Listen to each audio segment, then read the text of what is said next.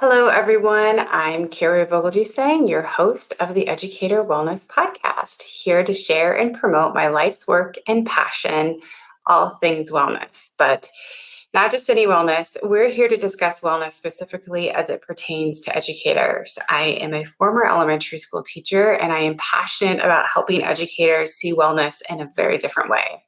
This podcast is dedicated to educators across the globe, creating a space for us to come together in an authentic and therapeutic way, sharing our stories, our hopes, our joys, our fears, our sorrows, and hopefully creating some space to share some laughter with one another as well. In our journey to learn how to support one another to prioritize wellness and enhance our overall well-being. Please join me as we talk with nationally recognized experts to guide us on a transformative journey of self-discovery, helping us to embrace and weave all dimensions of wellness into the fabric of both our personal and professional lives. Also, please note that the opinions and perspectives that are shared on this podcast do not necessarily represent those of the Scanlon Center for School Mental Health or the University of Iowa. Welcome to the Scanlon Center for School Mental Health Educator Wellness Podcast. I'm your host, Dr. Kari Vogelgesang, and today we are focusing on the benefits of outdoor education, not only for students, of course, but also for educators and our education systems as a whole. I'm welcoming two very special guests to our show today, Drs. Jay Gorsh and Angela Rekers. Jay Gorsh has been the director of the University of Iowa College of Education School of the Wild program for 6 years. He is an outdoor educator with 9 years of experience as an elementary and special education teacher. He holds a BA in elementary education and MS in physical education and a PhD in special education.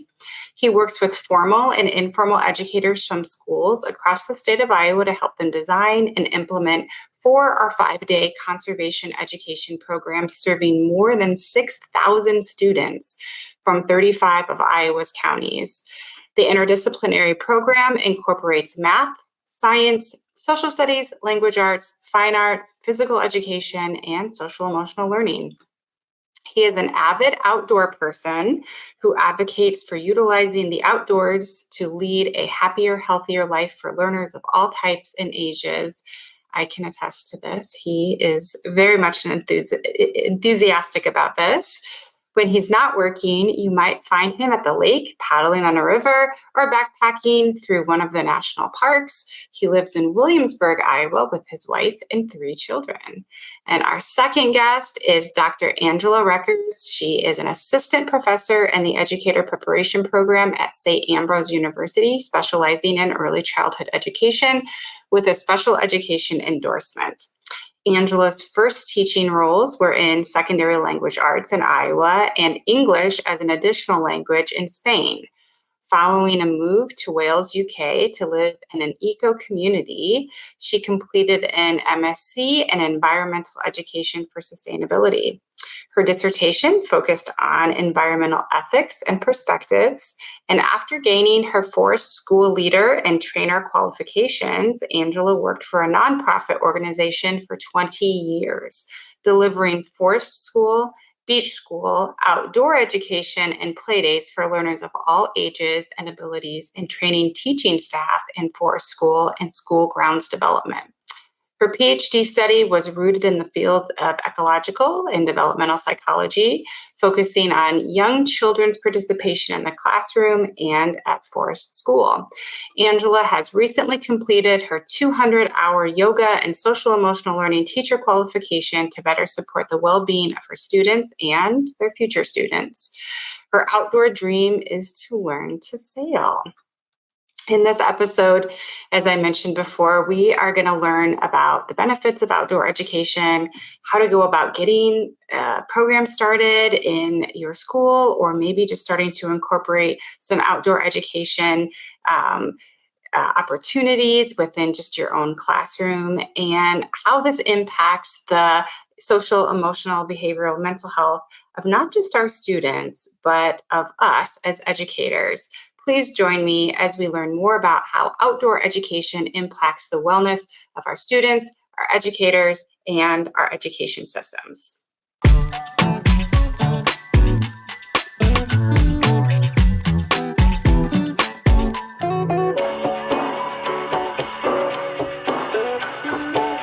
Welcome everybody who's joining us, and we are here today to talk about outdoor education and the benefits of being outdoors in our personal lives and our professional lives, and having students go outdoors to engage in a variety of learning experiences. And so we're going to get all kinds of different advice and guidance from Dr. Angela Rekers and Dr. Jay Gorsh today on the podcast. I'm wondering if we can just start by just talking about outlining what research says, in really just a general way about the benefits people reap from going outdoors and spending time outdoors in an outdoor environment. Jay, do you want to go first? Sure.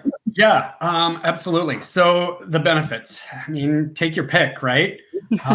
You've got the cognitive or academic benefits. You've got the physical benefits. Of course, there's a lot of emphasis, especially lately, on the emotional and the mental aspects, the mental health aspects of spending time outdoors and the benefits that you get from that. And then, of course, if you want to plan your time outdoors, you also are going to have some pretty healthy social benefits from being in the outdoors as well.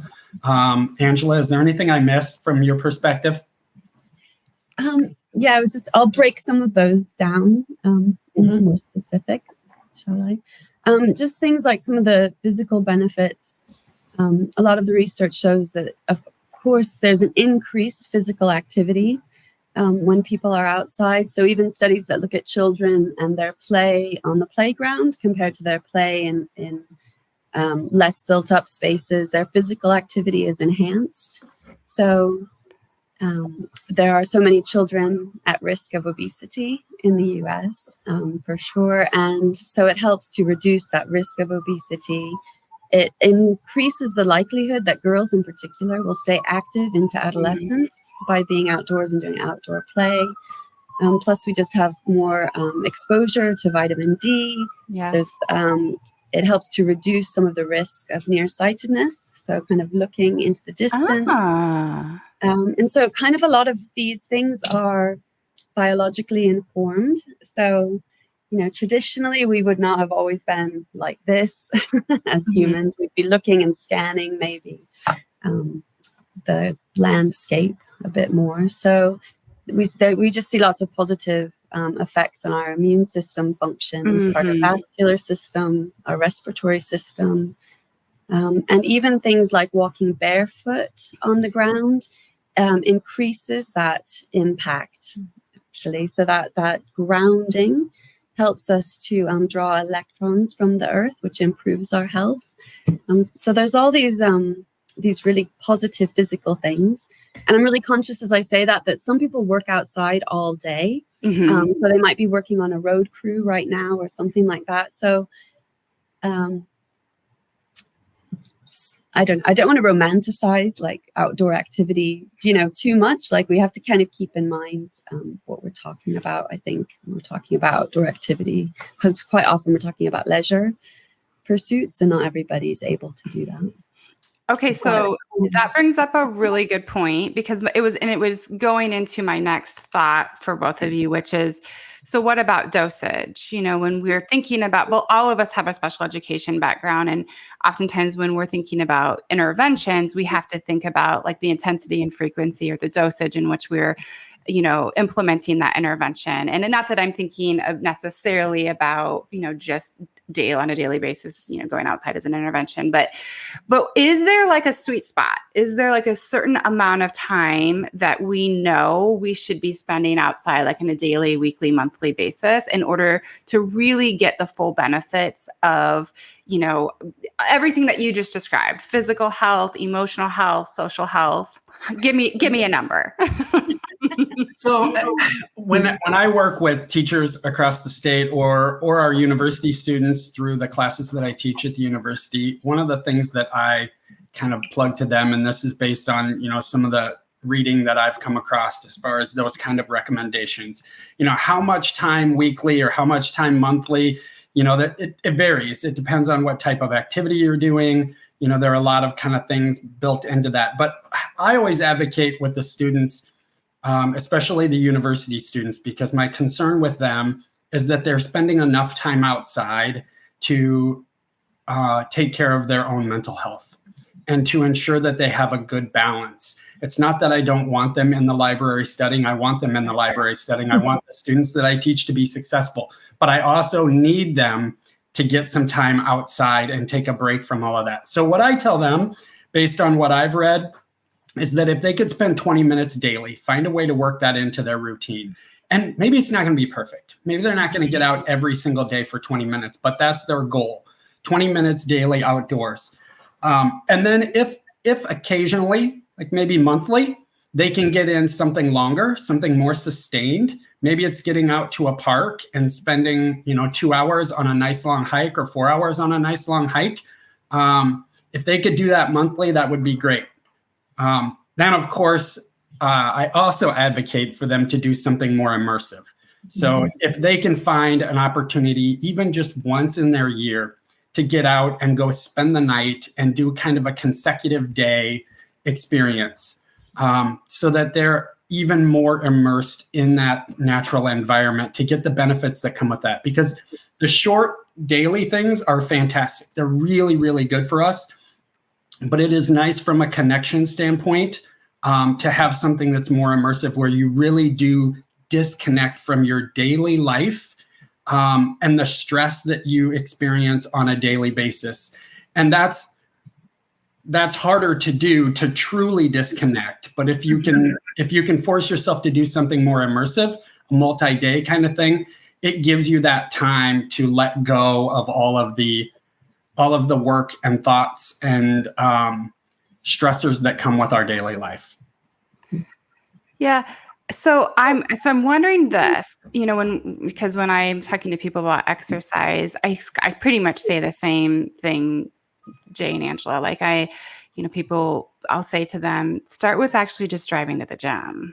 I mean, maybe you don't even go in for the first week, but like just starting the fluency of like the habit of actually getting workout clothes on and going there. And then maybe once you do that a few times, like then maybe just walking in the door. Maybe you don't even work out the first couple times. Maybe you just explore and see what feels like a safe space to you within that environment.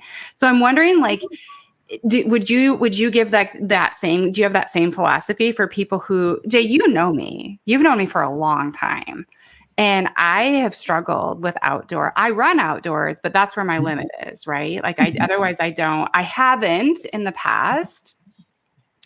But it's like now I spend quite a bit of time outdoors, but it's like the same kind of like steps that I've taken to not basically be afraid of outside.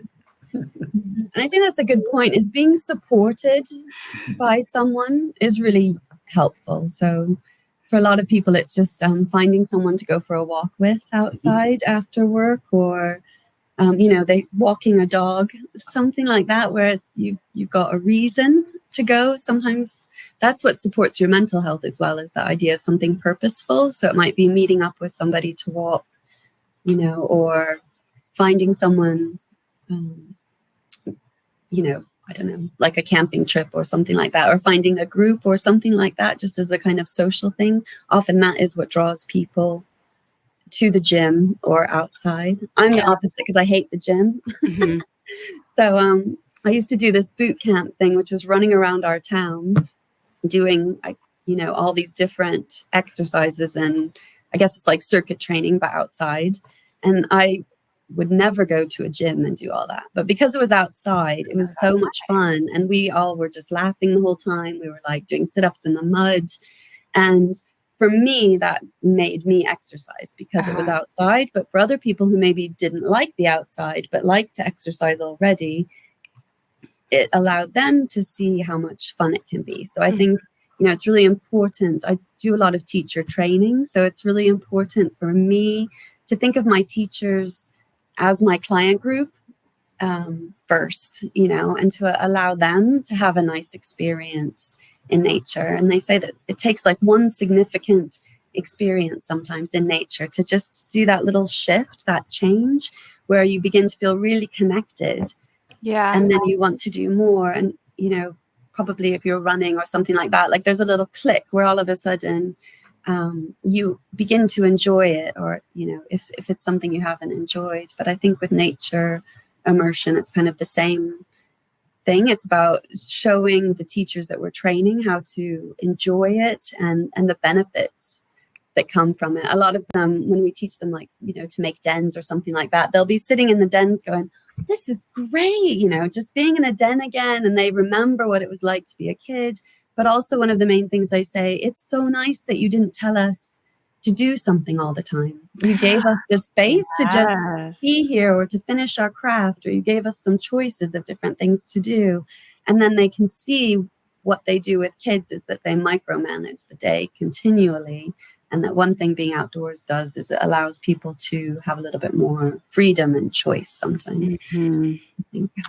Yeah, absolutely. And I think, Kari, to kind of circle back a little bit to your comment about, you know, you love to go run, which is an outdoor activity, but nature itself. So I think one of the keys for individuals, whether you're working with individuals or if it's an individual thinking about their own experience outdoors, right, is to think about what you do enjoy, and then to kind of just meet folks where they're at. So in your case, right, you like to run, you're a runner.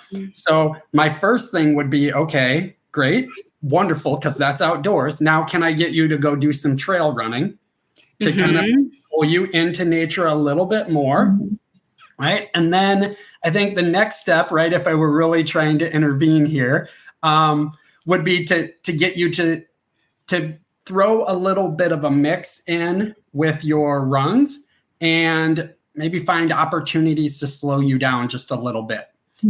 So that every one of your trail runs, and, you know, maybe every now and then we can mix in one that's more of a hike where you're slowing down a little bit more. And in your case, maybe that means I'm going to have to take you somewhere where the elevation is a little steeper so that you you feel more comfortable with a slower pace, because you feel like you're still getting a great workout in, because that's kind of your driving factor.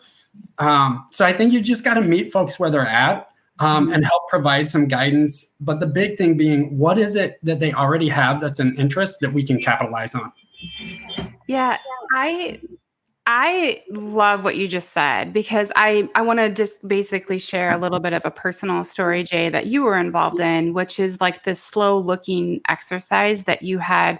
Jay and I are part of this outdoor global education wellness program. It's an ambassador program with teachers in the state of Iowa, and Jay does the outdoor piece of it. I do the wellness piece, and then a colleague of ours does the global ed piece. And Jay, you took us out to a park. We were at McBride, right?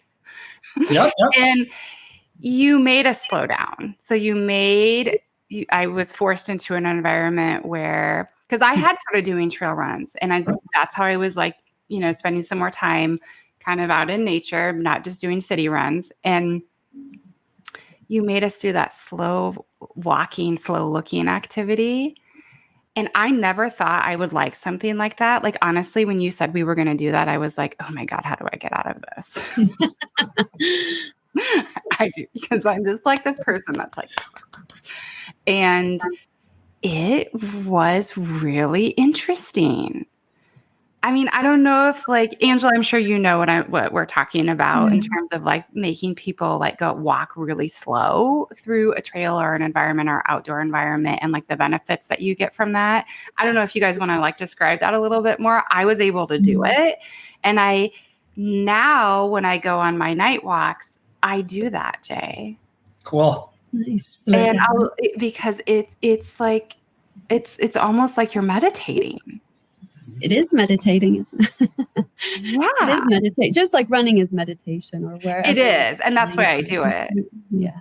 Yeah. But I think also, you know, it's becoming more popular, the idea of forest bathing, which is the Shinrin Yoku practice of slowing down. So it might incorporate movement, but it also is about thinking about all the senses. So just being outdoors and maybe, you know, taking a moment to maybe just smell things, to be a bit mindful, to feel what things are like, to listen to what's going on, and just kind of slowing down and practicing that kind of mindfulness.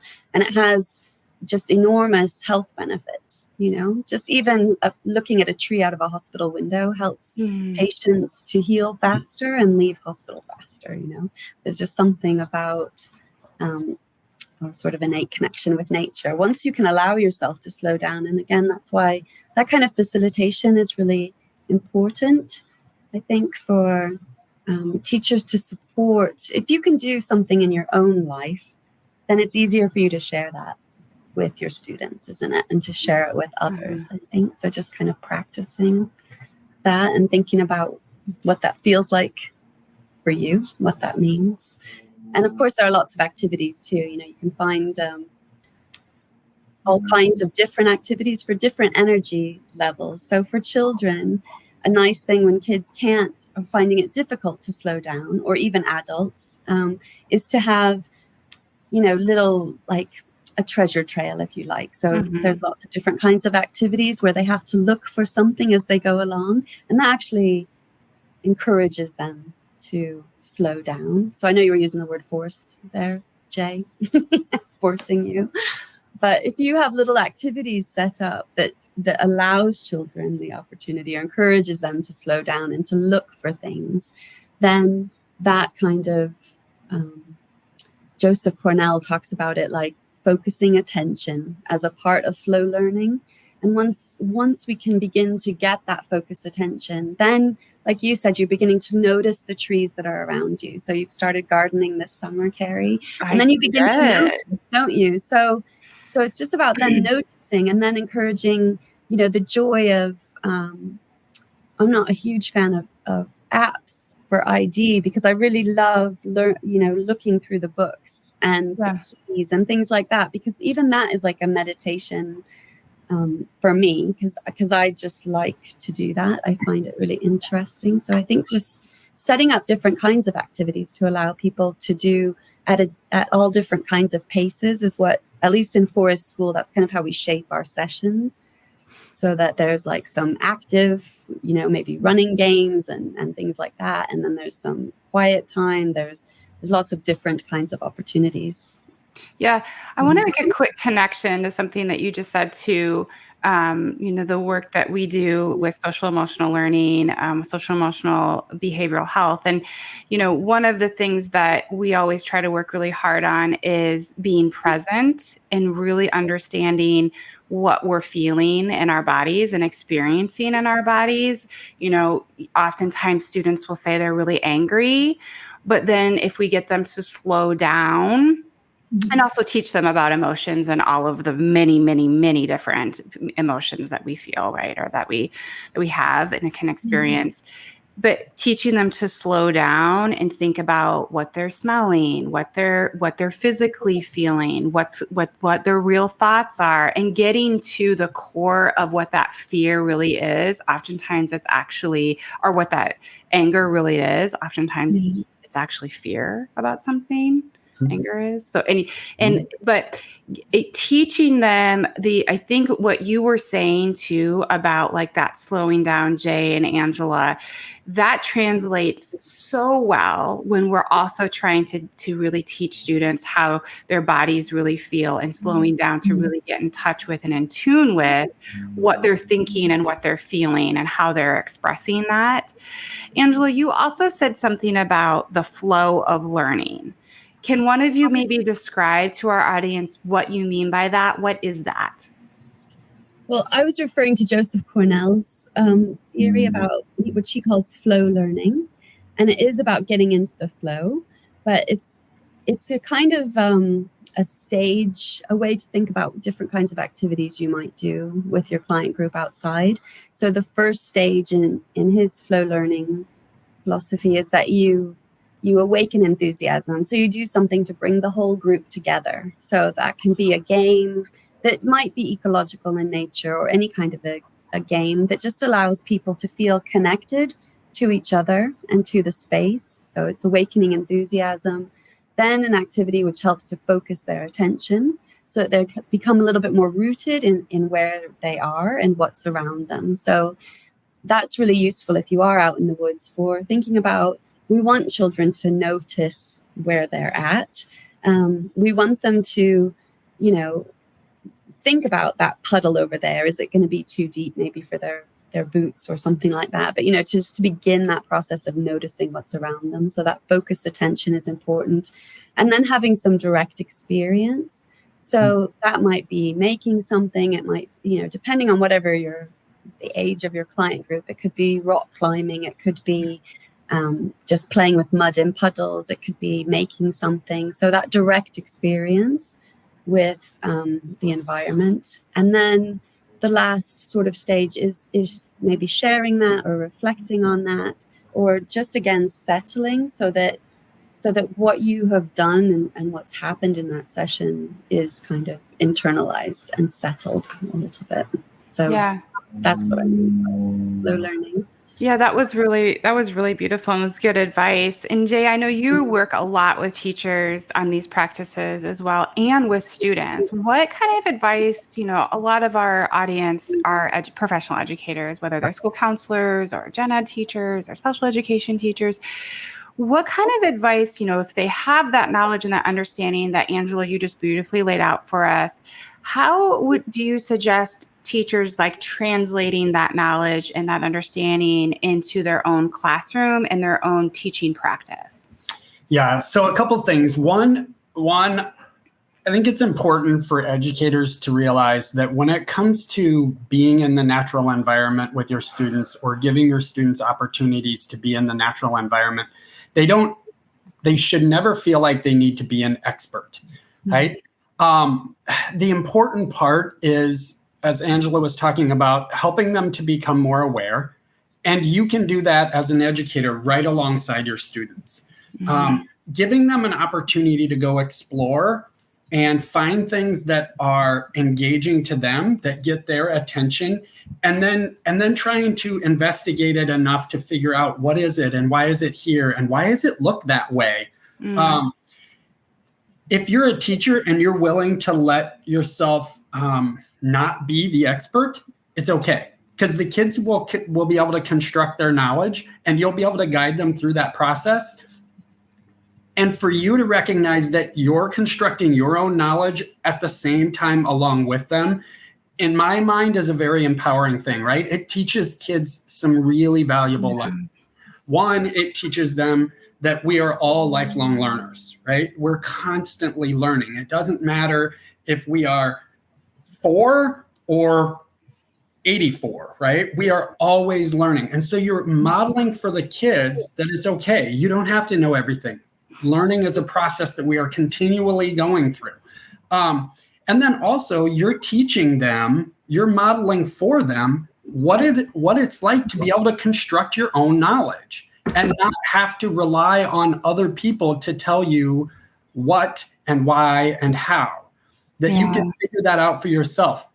And Angela mentioned earlier the use of field guides, right? Apps are super slick and handy, and we do use them from time to time. But the field guides really are a valuable thing so that they can learn that there's a process they can go through, that if they see a plant that they think is really cool, or a tree or a bird or whatever it is, and they want to learn more about it, there's a process they can go through that's really a rather simple process, and they can figure that out for themselves. And now you've taught them that they can do that, right? You've empowered them so that they know that they can do that in other aspects of their lives as well.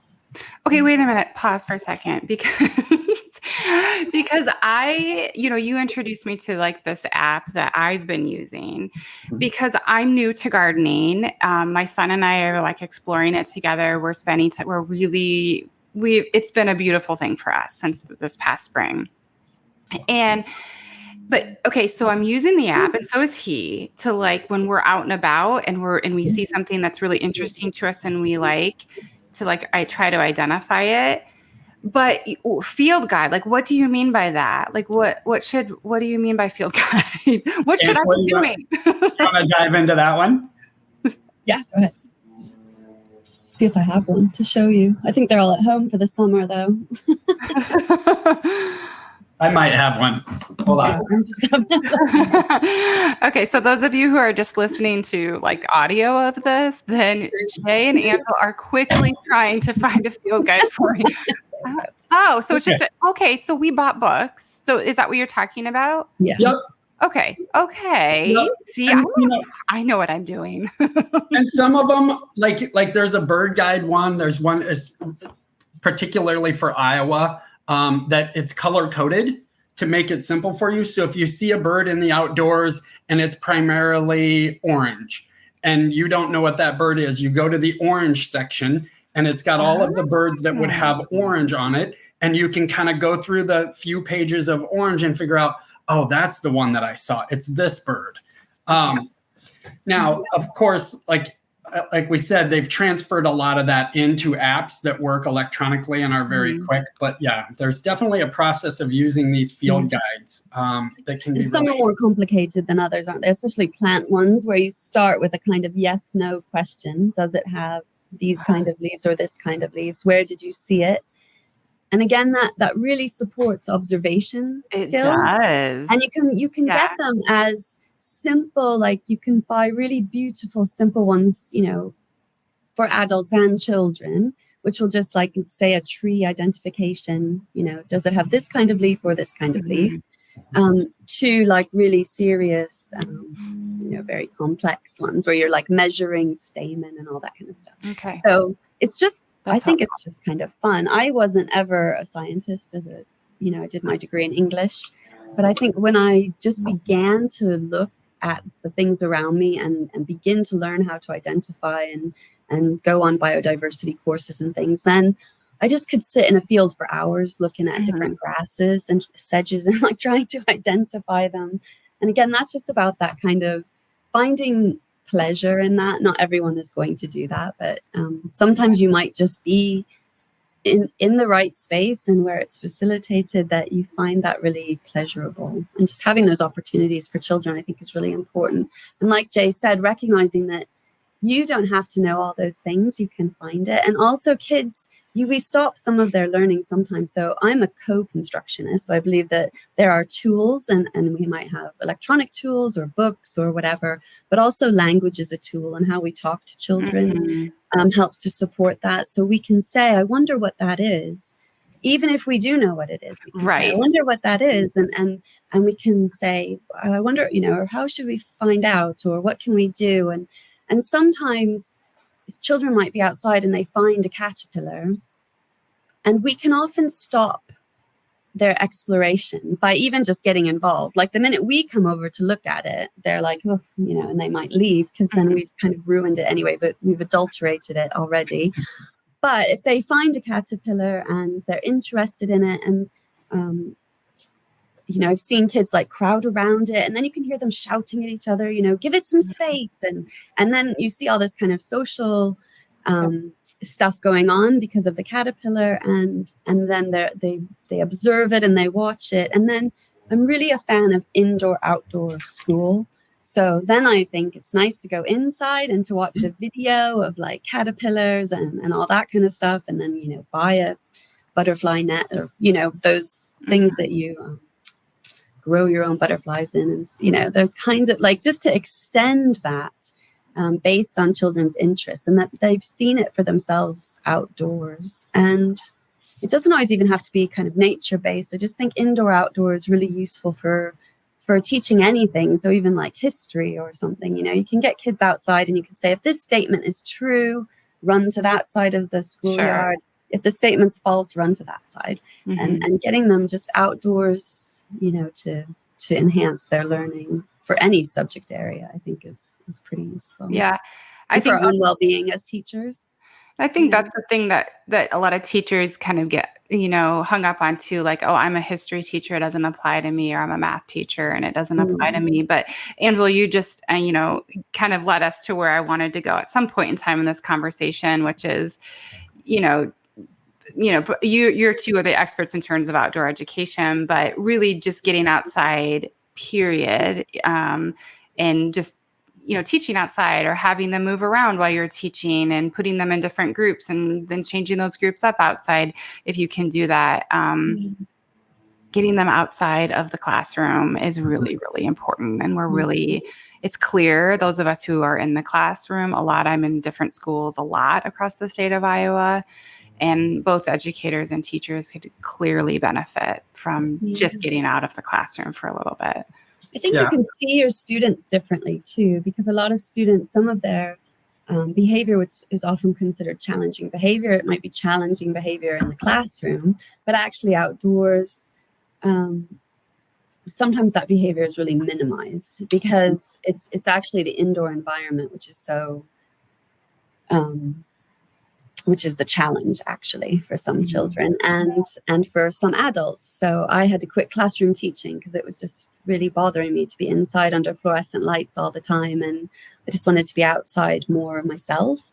And we do see when I was doing my PhD study, I was just kind of trying to see how those interactions between the social and material environment, how that supports children and how it shapes children's participation and how they're learning. And certainly with some children, getting outside, it allows, there's something, attention restoration theory, which shows that children who might seem to have attention deficit disorder or something indoors, actually outside, the outdoor environment might be calmer and have fewer high triggers, so that children can actually focus. And also some of the activities that we do outside encourage focus or also encourage rule keeping, so they make sense. So sometimes the rules in school don't make sense, like walk down the right side of the hallway. Well, I want to dance down it, like, why do I have to walk? That doesn't make any sense. But when we're outside, we can say, if you want to whittle a stick and you need to actually sit on this bench, you've got a blood bubble around you, you need to hold your knife like this. And like those things make sense because we don't want you to get cut. Like there aren't any superfluous rules that don't make sense. You can dance if you want to. That's fine. There's plenty of space. You can throw water if you want to. That's fine. That's your way of discovering physics. Just don't hurt anybody. And I think just being able to go indoors and outdoors. I don't know what I was talking about. This might be a bit that we cut. No, you were going to say something. What were you going to say? And I think it's, again, kind of like I said before, when we were talking about the individual experience, it's important as a teacher to think about where you're at, and just be self-aware. I would always want to meet a teacher where they're at and start small. If teaching outside of your classroom feels very unnatural or uncomfortable, that is not at all surprising in the United States. When you think about our teacher preparation programs, they don't do anything to prepare us. There's no class like that. We're doing our best at the University of Iowa to give kids experience, give our future teachers experiences that will help them. But it's not like teacher prep prepares us to do that. There's no classes we can take, no experiences that we have that are outdoors. It's all in the traditional classroom.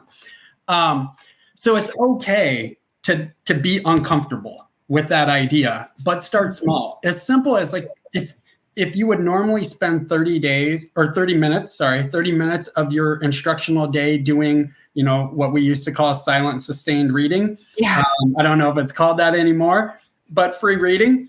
Instead of doing that sitting at our desk in our classroom, let's just go outside, even if it's right outside of the building, just in the grass in the playground area. Or maybe there's a couple trees around that we could go sit underneath, in the shade of a tree, and just do that free reading outside. That's a starting point. And then then each teacher can kind of grow from there based on how much they enjoyed that experience, how much they realized their students enjoyed that experience. And there's always the question, well, if I take them outside, won't they be less attentive, right? When I have fewer students paying attention and actually doing the reading that they're supposed to be doing? Yes and no. I would argue, and my personal experience doing it is that actually as a whole group, the kids did much better. And also their attention when they come back in. So research will show that if you let kids go outside and play, so increasing recess, I think they found this in Illinois, that increasing recess actually means that when students return into the classroom, and that's just free play. So they get to do all kinds of creative things. They can run around, they can do what they like. Then they'll come back in and they can concentrate and they can focus. So even taking them outside, thinking about doing school, it's about your student group. You can easily take high schoolers outside and let them sit around and they'll probably read if they don't have their phones there and stuff. But you might be less likely to do that with fifth grade if you have a class of 30 and you're taking them outside. But over time, your students will begin to understand that this is their time to be outside, isn't it? So maybe the first time it's chaotic, the next time, it's different. And also kind of advocating. We used to do forest school with school groups that would bring half the class at a time. So half the class would come in the morning, half in the afternoon, with 2 members of staff. So our ratio was like 5 adults to 15 children. So then we can really allow for kids to climb trees and to do things because we've got enough staff around, where I'm really conscious that for a lot of teachers, it might just be them and one, if they're lucky, one member of staff and their whole class going outside. So definitely having structured activities like, scavenger hunts or like trails where they have to go do particular things like using mathematics or literacy is a really good way to keep that kind of control that we do need to do if it's just us with a class of 30, having specific activities in mind. One thing that comes to mind when you're talking about this is, I have, I come at things a lot of times, as annoying as it might be to some people, I guess, from an athletic mindset and perspective. And, we can overtrain our bodies. And we talk about this a lot in, physically overtraining our bodies and even mentally, especially, even professional athletes, like there's a sweet spot, right? You can't train 8 hours a day for a long period of time and reach your peak performance. It's never going to happen. At some point in time, your body's going to crash. You're going to get sick. You're going to get injured. You're going to not be able to sustain that focus and that drive. And I feel like we're doing this in the classroom right now with our students. We are panicked because we feel like we've fallen behind some, measure, some bar, some curve that was set decades ago by random people about where we should be at in terms of math, science, reading, writing, whatever. And, we've had some pretty significant things happen in the lives of our families over the course of the last few years globally, not just in an isolated region. And we're trying to overtrain now. We're trying to play this like catch up. And what we're seeing is that it's backfiring. Kids aren't coming to school. Teachers are leaving. I mean, there are other things happening too. I'm not blaming this all just on like too much academics in the classroom. There are other things happening to this. And I think some people will listen to me say this and be like, oh my gosh, she's crazy. Like if somebody is struggling reading, then they need to read more. Yeah, I'm not saying that we shouldn't spend time on academics. Of course, I'm not saying that. But if you make a kid sit for too long, you make me sit for too long. Exactly. You're not going to learn. You're not going to absorb it. You're just wasting your time.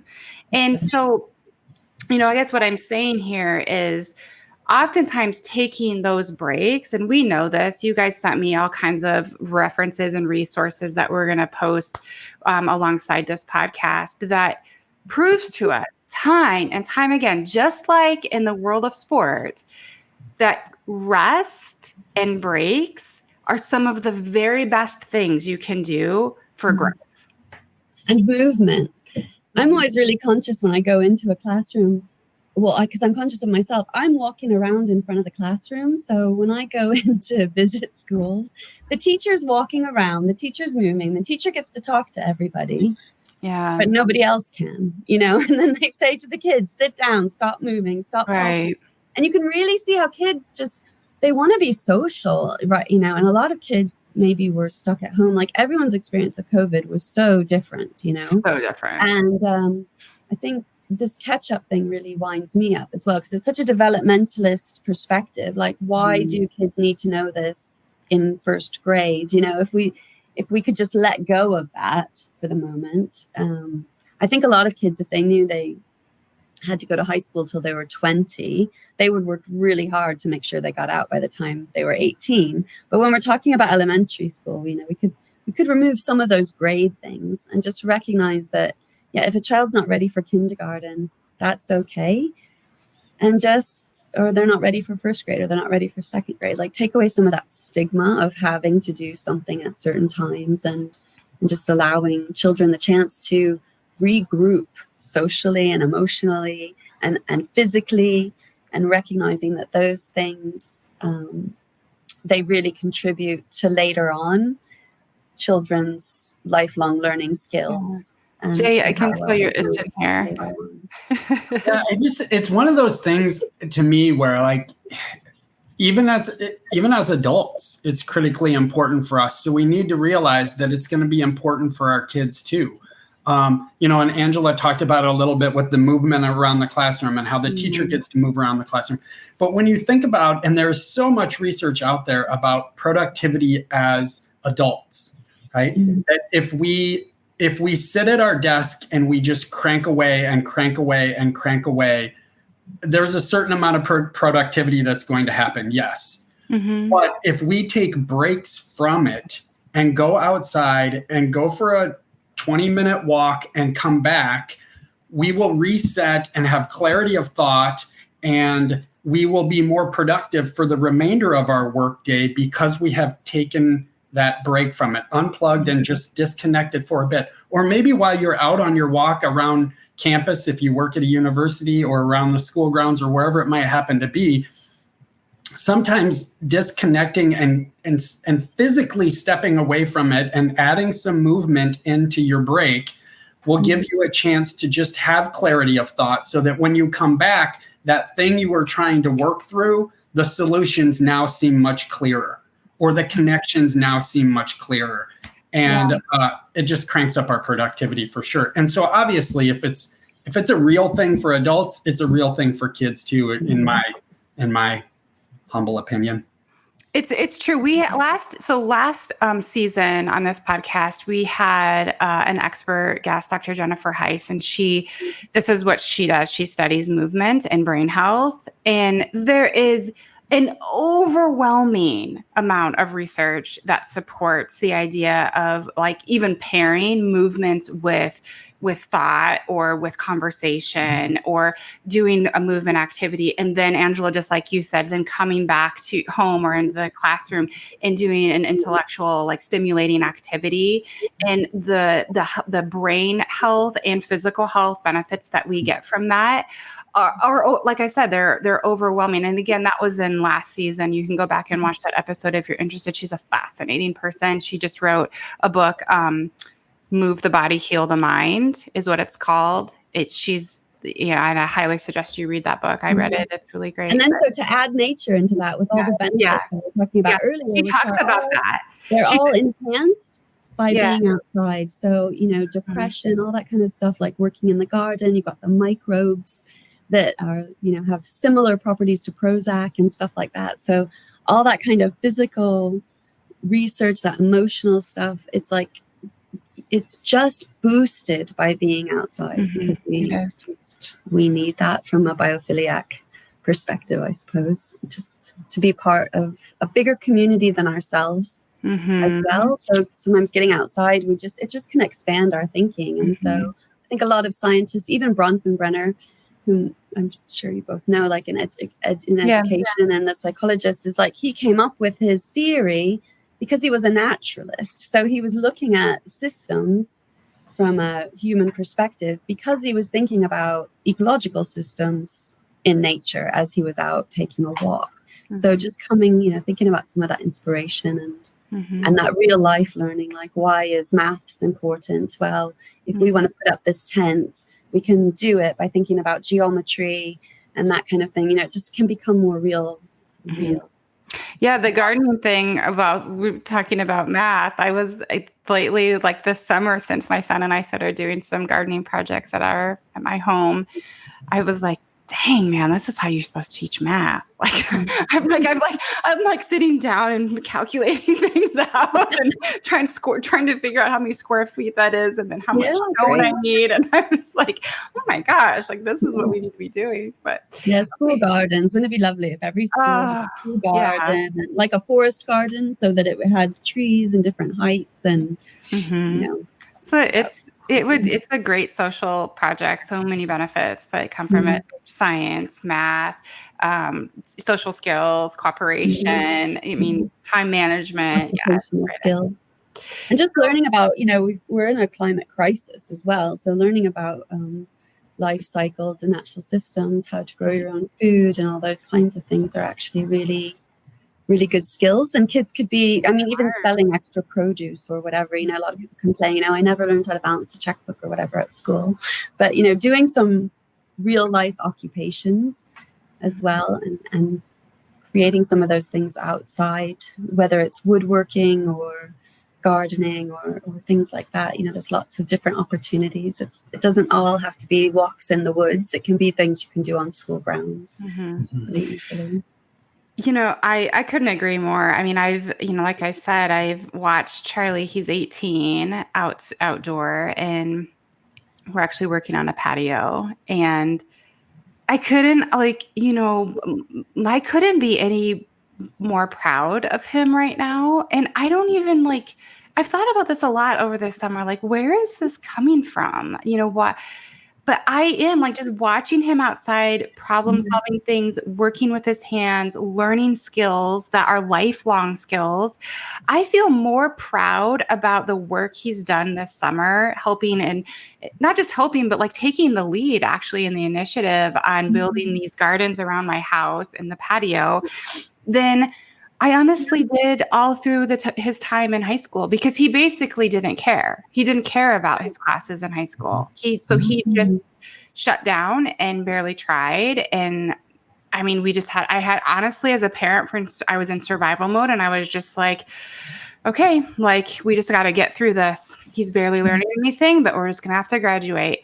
I swear to you, this kid has learned more about science and math and its application literally in the last 2 months in my yard. Yeah, it's authentic. It's experiential. Like you said, he's using his hands to do it. It's a very clear before and after, right? He can see the results of the work that he's putting in. So not only are you proud of him for what he's accomplishing, but I am 100% sure that he is proud of himself, because he knows what it looked like before, and he knows what his hard work made it look like now, and how much, the benefits that come from that are just, incredible. Well, and you really can see what they know. This kid hates math. I thought he did. I'm not kidding. I've been shocked how much he actually does know. And if you looked at his performance in the classroom, I'm sure a lot of his teachers were I don't know if he really is understanding anything. No, not true. In terms of how he can calculate out what we need to do with mulch and how much mulch and rock, and he's better than I am. Yeah. So very young children can be doing that, can't they? That's, I guess, what I mean by that indoor-outdoor thing. It's having that, quite often outdoor stuff. I'm sure Jay will agree, because we've worked with young people who might have learning difficulties, and they've been labeled as having behavior difficulties, and then they're doing lots of outdoor things or getting to do things outside. But all children deserve all of these opportunities. And they do. One thing about the outdoors is that it can be very inclusive. So you'll see students who might not normally play with each other on the playground, because there are particular activities that some can do and some can't do or whatever. When you put them in the forest or in the woods, they will work together to build a bridge or to do something like that. And so you get this inclusivity where everyone is, their skills show up, and they're all important, and they're doing something sort of practical, I guess, together, that sort of physicalness, Yeah, there's so many strengths and abilities that in the natural environment can be demonstrated that are hard to demonstrate in a traditional classroom environment. Yeah. Whether that's leadership skills or, the ability to think constructively and build and construct and problem solve. Those things don't always present themselves in the traditional classroom setting. And then on top of that, you have, right, if you're a kid who has worked their way through elementary school, middle school, high school, whatever, whatever stage you're at, if you've had some negative experiences along the way, then you start to shut down a little, and you start to you start to leave yourself in a situation where you're not open and willing.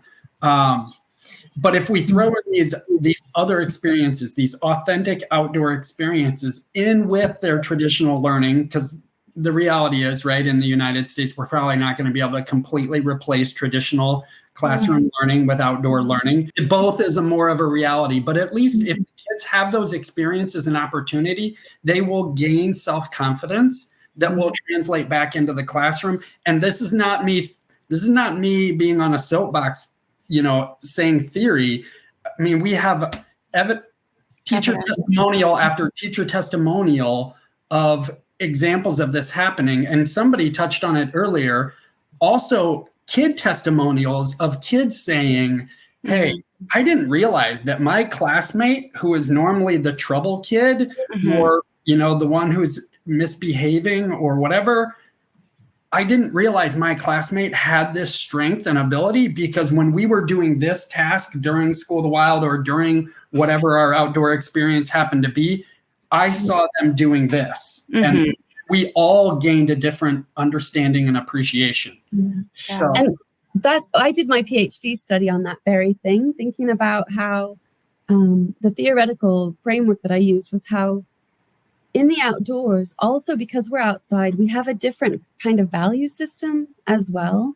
And how children see themselves is often reflected through what that value system is from that institutional perspective. So if in the classroom, it's valued that you sit still, that you can do crisscross on the floor and be quiet and things like that, and you are unable to do that for whatever reason, or that's a challenge for you, then it's very easy to see yourself, like Jay was saying, as like not being capable, or other people begin to see you as not being capable. Whereas outdoors, maybe no one's expecting you to sit still, but you have these other things. So, a tree has the affordance of being climbed, and you climb it, and therefore the tree is climbable and you are a climber.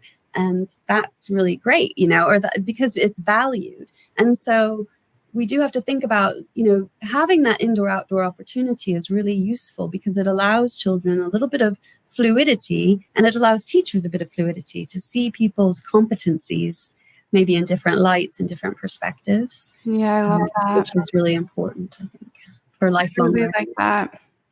So, team, we're coming at about an hour, and so I do want to start to wrap us up here a little bit, and you've done a really good job of taking us through benefits of outdoor education and of just us being outdoors in general, for our own personal health and well-being, and even giving us lots of pointers and great tips and guides in terms of how we can do this in our own personal lives and professional lives as teachers.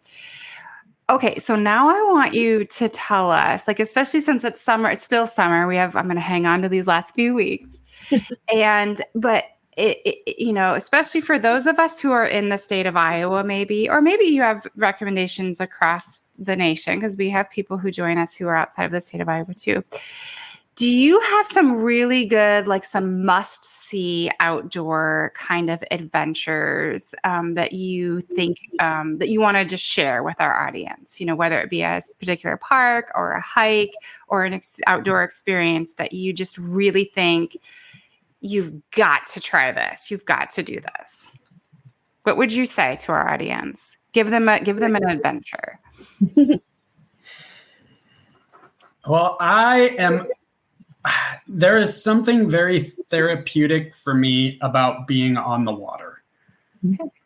So to me, probably my favorite, what I would say is the most impactful thing for me is a chance to be in a canoe on a river. And ideally, if that river isn't a river that just cuts through a bunch of cornfields, right? So if you're in Iowa, maybe going up to Northeast Iowa, where the rivers are a little more wooded and you have elevation change on each side of you, or at least on one side of you. To me, I think there's a lot of empowering that comes from being on a watercraft and kind of maneuvering with the river. But then there's just the beauty and the peace that comes with the water. I mean, it's no surprise, right? In office buildings and schools and wherever, often you see that picture of the dock going out to the calm lake, right? Yeah. I mean, we see it everywhere. I used to have that one myself. There's something about water that is therapeutic and calming. So to me, if I have one go-to, I'm gonna grab a canoe and go float down the river. And ideally do it with another human being, because a canoe is hard to paddle all by yourself. Plus, there's that other shared experience that you're having together. Yeah. So that's my go-to. So if, wherever you're at, would you just suggest like Googling like canoe experiences in my area? Yeah, absolutely. For sure. Just, and what'll end up popping up is some website that's run by people who love to go canoeing in your area. And they will have, and Facebook has it too. They'll have advice on there and people chiming in at different times about, hey, I'm in this part of the state. I want to go for a hike. Anybody have suggestions? Okay. I mean, there are beautiful places all over our state and all over the country, of course, and the world even more. And sometimes they're hidden. Iowa's a really unique state, right? We're covered in farm fields, but there are these little hidden pockets here and there to go to that are amazing. Awesome. And often state parks will have free canoeing experiences or free kayaks. I know I'm in Scott County, and so they have, if you go on their website, Parks and Recreation, they'll have free opportunities to try out kayaking on lakes and things, which is really nice.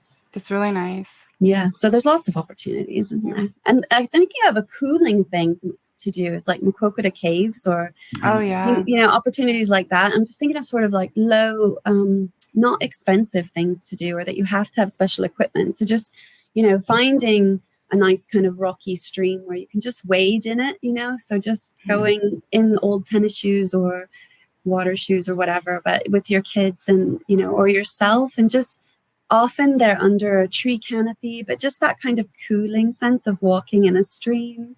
And then you're finding rocks and things like that, or Makokota Caves where it might be cool inside. I think, I guess because it's a really hot day. Is that your recommendation then? Would you say Makokota Caves? Is that one of your top recommendations, Angela? What? Sorry? Would you say that Makokota Caves is maybe one of your top recommendations? Well, I haven't been there since I was a kid, but it just reminded me it's something to do. Yeah. Well, I did try it again. I did go there like in the past 6 or 7 years. I took at that time, I think Charlie was in junior high and Griff was in high school. It was a rough day. I'm just going to tell you that right now. I mean, Makokota Caves is great, team, but taking your 2 teenage boys to the caves when you're not even really an outdoor person yourself, it was a learning opportunity for me. I want to do over. That day was rough for all of us.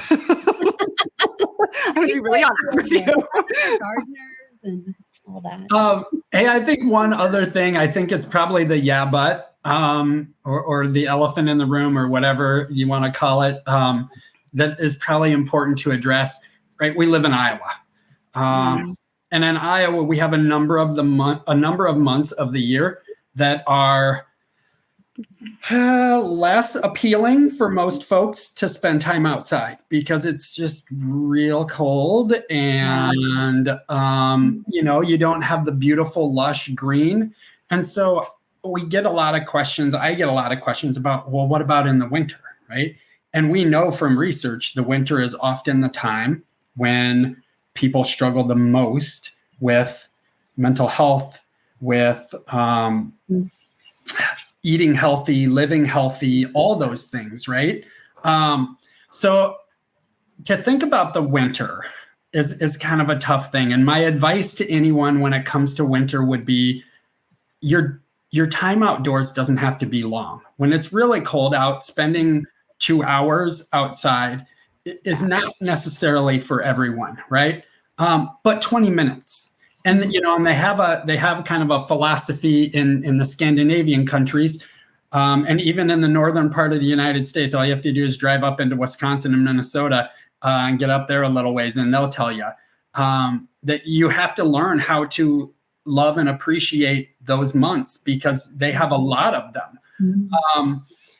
And it's not about the weather; it's about having the right clothing to match the weather. Because if you have really nice, or not nice, but if you have the right clothing, being out on a rainy day is a beautiful thing. Being out on a snowy day is a beautiful thing. There's something unbelievably calming about walking in the woods after or during a bit of a snowstorm.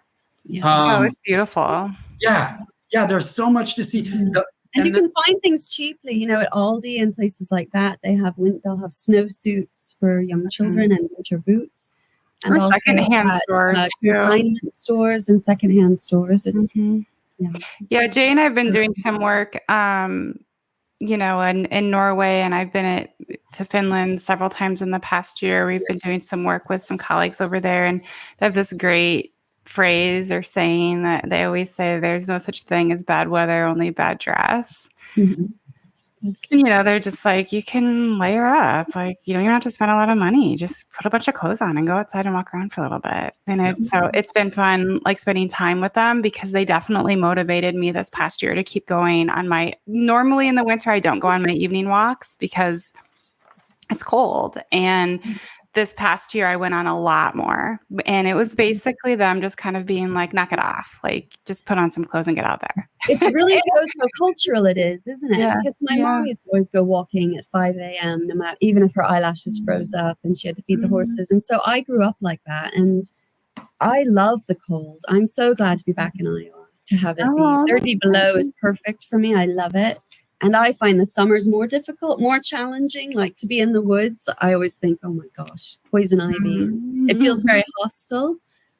But I think it's a cultural thing, and that's in Scandinavia and Wisconsin and Minnesota and things like that. We have that, like, there's that cultural perspective, probably because there are so many Norwegians who settled there or something. But, that the outdoors is maybe to be enjoyed.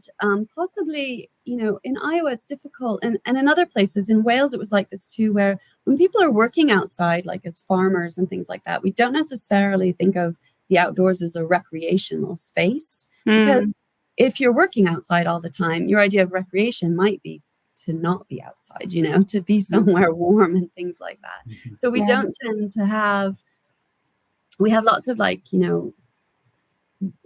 just as kind of a culture in Scandinavian countries, you will see like grown women wearing a 1970s or 80s full ski suit walking down the street, taking kids for a walk, and then in the United States, that might appear strange or something like that. So it's just it's a kind of cultural shift, and they ride their bikes, kids to school. Yep.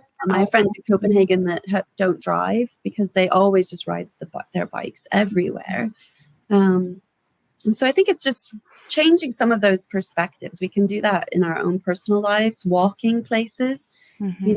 We're such a driving country, but Iowa, people drive far for work and things like that. So just finding ways that we can walk from the farthest corner of the parking lot, which might have a tree there, and walking in and just doing little bits and thinking about collecting clothing for winter and collecting used clothing for our students, getting, there are lots of people who like to knit hats, for example, or secondhand hats. And if you have that for your students, you will take them outside on the playground in the winter, no matter what the weather, if you're all dressed appropriately.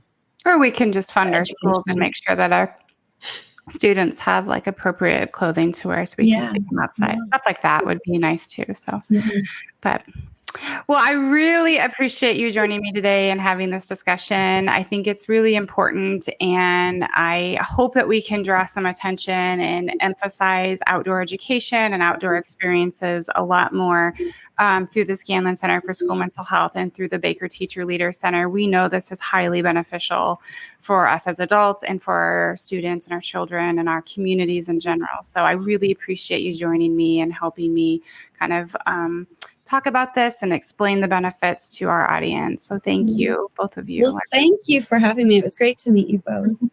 Yeah, it was lovely. Thanks. Anytime we can talk about this sort of stuff, count me in. Yeah, We'll have to meet up again off the air. Yes, we will. We definitely will. We'll keep doing this work. We'll meet in your garden, Kari. Oh, I can't. Yeah, when Charlie gets the patio finished, I'll have to invite both of you over. Lovely. Okay, sounds Thank good. you. Take care, both of you. Bye-bye. So I don't know about you, but I felt really motivated and inspired after having that discussion with Doctors Gorsh and Rekers. I find conversations like this to really just rejuvenate my commitment to education and my passion for what we're doing and what we're trying to do and spread and through the Scanlon Center and through this podcast and all the different interventions and trainings that we're doing, not only in the state of Iowa, but now nationally, which is thinking about different ways we can change systems to better support our educators, which then eventually impacts our students and better supporting our students and families. I think it's interesting because we talked a lot about things today that we just really all know at this point benefits educators and students in terms of, the benefits of getting fresh air, from moving our bodies, from the odds of taking in nature and our surroundings in an outdoor setting. We know the benefits of less social media, of more exercise, of access to nutritious meals, both inside schools and outside schools. We know the benefits of global experiences and connections. We know the benefits of doing what we can to build healthy, kind relationships with our students and with our families, all the things that we've discussed in all of the different episodes in season 2 of this podcast. Yet I still feel like we're getting caught up in some really insignificant details of education. We're stuck on those really insignificant details in ways that are not benefiting us, not benefiting us as educators, not benefiting our students and our families and our system of education here in this country. When we keep digging in and focusing on details like what teachers can and can't say in a classroom, or the kinds of pictures they can or can't display, instead of focusing on big ticket items that we know make a really big impact on the health and wellness and learning of our students, such as nutrition and exercise and outdoor experiences and healthy connections and learning about emotional intelligence and what that means. We know those things make an enormous impact on our teachers, our system, our education system, our students, our families.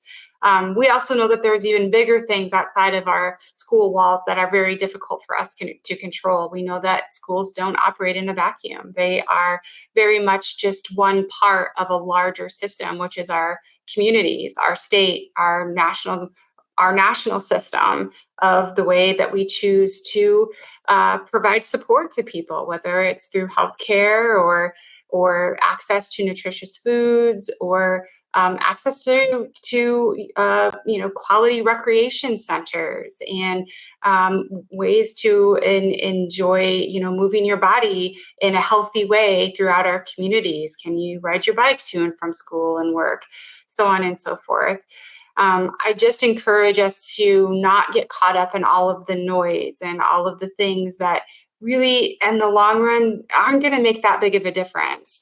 I think that we are oftentimes missing the point of education and how to live healthy, fulfilling lives and how to teach our kiddos how to do that as well. I would really love to hear from you. I'd love to hear your ideas, your thoughts, things that you want to hear us discuss and talk about on this podcast. What would be helpful for all of you?